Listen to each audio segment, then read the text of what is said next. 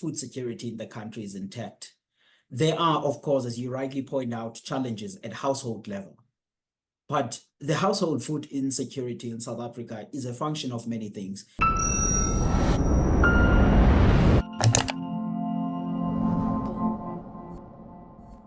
With a new government in place after South Africa's 2024 national and provincial elections, one of the most important sectors for the economy, agriculture, should be high on the agenda. What is the current state of agriculture, and what can the new government focus on going forward, where we now have a new minister in that particular department, the leader of the official opposition before the elections, now part of the government of national unity, that is John Steenhuisen of the Democratic Alliance. So joining me to understand all of this, to unpack one of the most important sectors for the South African economy at this point in time, but also likely over the medium to long term, is Wandile Sihlobo. Wandile has been with us before. He is the chief economist of Agbiz. Wandile, thanks so much for your time back here with the CRA. We always greatly appreciate it.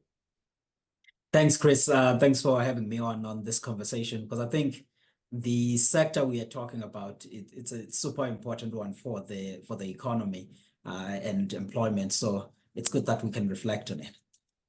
To start off with a bit of a review, maybe for the first half of the year, how the sector is performing. I know that's maybe a cheeky question on my part, given that the sector is so diverse. There's big players, big commercial players, there's emerging players. So I know I'm saying this sector as a whole, but we've had climate challenges. Load shedding seems to have been resolved, if not completely. That pressure point is significantly lightened over the last, we're now over 100 days. We should give, I think, a shout out to Eskom for the good work being done there, bringing that energy availability factor back up to around, I think, 60% at the latest point, maybe even higher than that over the last week or so. Water provision challenges, logistics, everything that people are hopefully familiar with. But from your point of view, how have things looked for the first half of the year for agriculture?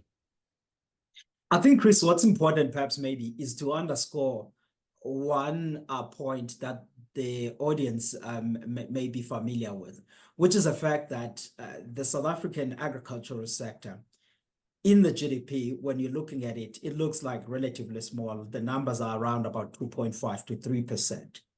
But if you begin to appreciate or to consider the value chain of agriculture, that takes up the figures to about 9% of the GDP. So we are speaking here about quite a sizable industry or sector of the economy. And I think the figures look like that even on employment, because you have around about 940,000 people in primary agriculture and also about 450,000 people or so in the value chain, which again puts you about 9% of the labor market in South Africa. So it's a big thing that we are talking about here. Now, looking back then into the first half of 2024, I would view the South Africa's agricultural performance as mixed. We classify the agricultural economy into about three subsectors. We have the field crops, where you have all your grains and the oilseeds and the sugarcane. And then you have the horticulture industry. That's where you have your fruit, vegetables, and floriculture. And then you have the livestock and poultry side. And that's the biggest. About half of our farming economy is livestock and poultry. Now, if you were to say then how have all of the three performed in the first half of the year, I would say for the fruit and the vegetable side, this has been a good start to the year. You've made the point about the improvements at the ports, and that has certainly benefited the fruit industry, even in its export activity. Because if you were to look at our export as the sector for just the first quarter of 2024, you will see that exports were up by 3% year on year. And it was not just a function of a price. Even the volumes were somewhat higher, to an extent that if you're now considering imports and exports, agriculture saw a trade surplus of about 20% up year on year. So it was right at a good start of that. And I would say even if you extend that and you consider the poultry and the livestock industry, in previous conversations, we talked about the animal diseases that weighed on that industry. Poultry was being under pressure because of avian influenza, cattle, foot and mouth disease. But I think at the start of this year, we were on what I would call the recovery path.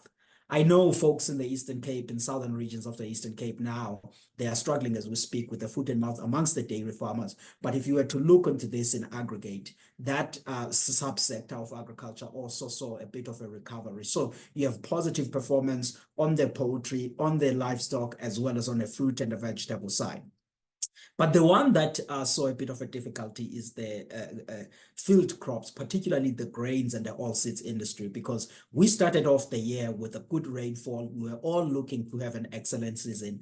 But the midsummer drought between February and March was very difficult, to an extent that, as you and I speak today, we think that the overall grains and the oilseeds, that's all your maize, sunflower, soybeans, sorghum, the output in South Africa will be down by roughly 20% year-on-year basis this year, with around about 16 million tons of all of our grains and oilseeds that we will produce.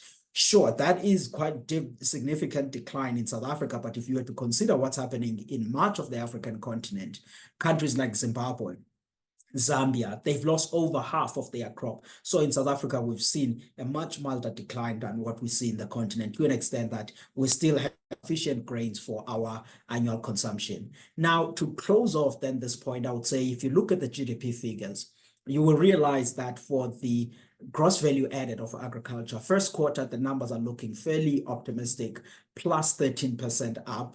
Quarter on quarter seasonally adjusted, which speaks to this. But I think when you see the figures for the second quarter, it will start then to show the effects of that drought all the way to the third quarter and perhaps maybe recover on the fourth quarter. And I think that's that categorization that I would put in there. And the last point I would underscore is that while the economic data is mixed and somewhat showing a bit of an improvement, there's also an issue that we are seeing here of a disconnect between the sentiment or mood and economic data, because the mood is still very downbeat as measured by the Agbiz IDC agribusiness confidence. But that's how we assess the first half of the year, Chris, on agriculture in South Africa this year. And then looking forward, Wandile, to the second half, it sounds like, again, maybe too reductionist of a question, but that food security in South Africa is on a good footing. There are, of course, areas where there are challenges not to be discounted in any way, and support should be provided and the necessary reforms, if possible, really accelerated now. Before I get to my final question, just around maybe government priorities, that sort of thing, your forecast for the second half of this year, is it accurate to say that food security in the country is still, pretty high and pretty good? I mean, I think your assessment is correct, Chris, that at a national level, food security in the country is intact. There are, of course, as you rightly point out, challenges at household level. But the household food insecurity in South Africa is a function of many things. It's an income poverty problem, not so much agricultural, which can be addressed by a range of social policies, which even the work of the center, you yourselves have pointed out over time, what are some of the problems that need to be addressed. But purely from an agriculture or purely from a food supplies perspective, I think things are intact. Even on the prices, I do think actually we should underscore this, because if you look at the inflation, food inflation, it has moderated over time. And I think that even towards the end of the year, you may see an uptick on a grain-related food basket because of the white maize challenges. We do have sufficient white maize, but because of the regional demand, we may see that white maize prices may pick up somewhat towards the end of the year. But I think on all of the other commodities, we are looking well. But the one important point, which I think it brings optimism, is that as we are transitioning to the 2024-25 season, we are seeing that the weather forecasters are talking about the possibility of a La Nina, which typically brings above normal rainfall in South Africa. If we get then that La Nina, it means that we will escape this drought. It will look like a temporary blip, and then we'll be back in good footing in terms of agriculture. Yes, there will be farmers that will struggle financially to recover, but I think all things equal, we are seeing a much more quicker recovery from all of this midsummer drought that we are seeing. So this is all to say that for the second half of the year,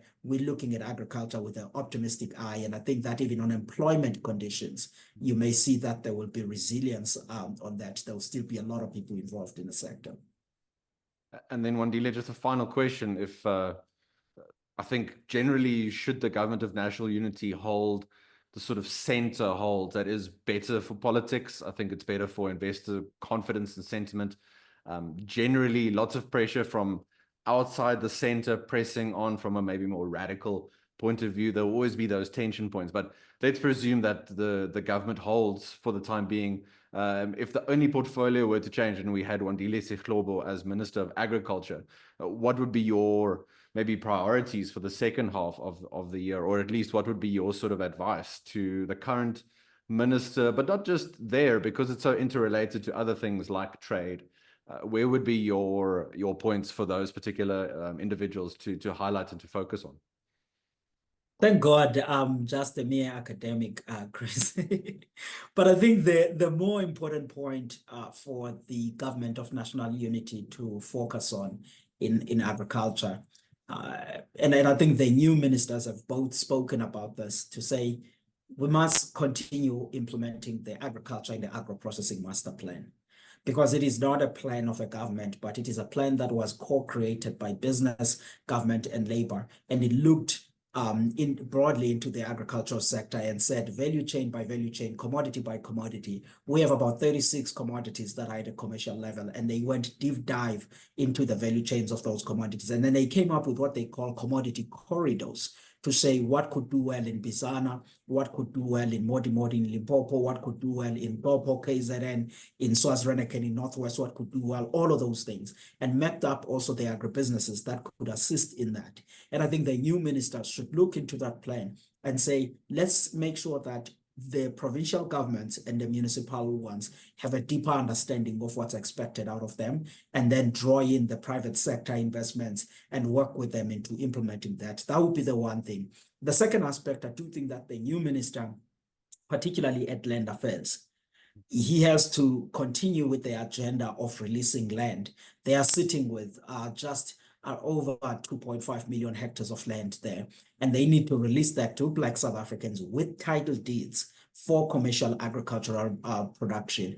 And that then will mean that there needs to be a coherence between the policy on land affairs as well as the Department of Agriculture in ensuring that that land gets into food production. But not only departments, the Land Bank can come in with its blended finance and IDC with its blended finance to ensure that all of those beneficiaries, they benefit from the financing. But then ourselves as agribusinesses and organized agriculture like Agri-SA, commodity associations like Grain SA, Potato SA, Food SA, they all also need to come to the table in terms of impacting skills into all of this. All of this can be managed well, of course, within the Department of Agriculture as the beneficiaries are selected. But I think that's an important part, and it will also be part of implementing the master plan on doing that. So I think those should be priority. And I think beyond that, some of the things are legislative, and they relate to managing the animal diseases. And I keep emphasizing the animal diseases because they make up about half of our farming economy. Controlling the foot and mouth disease spread, avian influenza, as well as the issues around African swine fever in future. And also then dealing with ensuring that we bring in and register as much new technologies as possible in terms of agrochemicals, seeds, genetics, so that our productivity of agriculture continues to improve over time.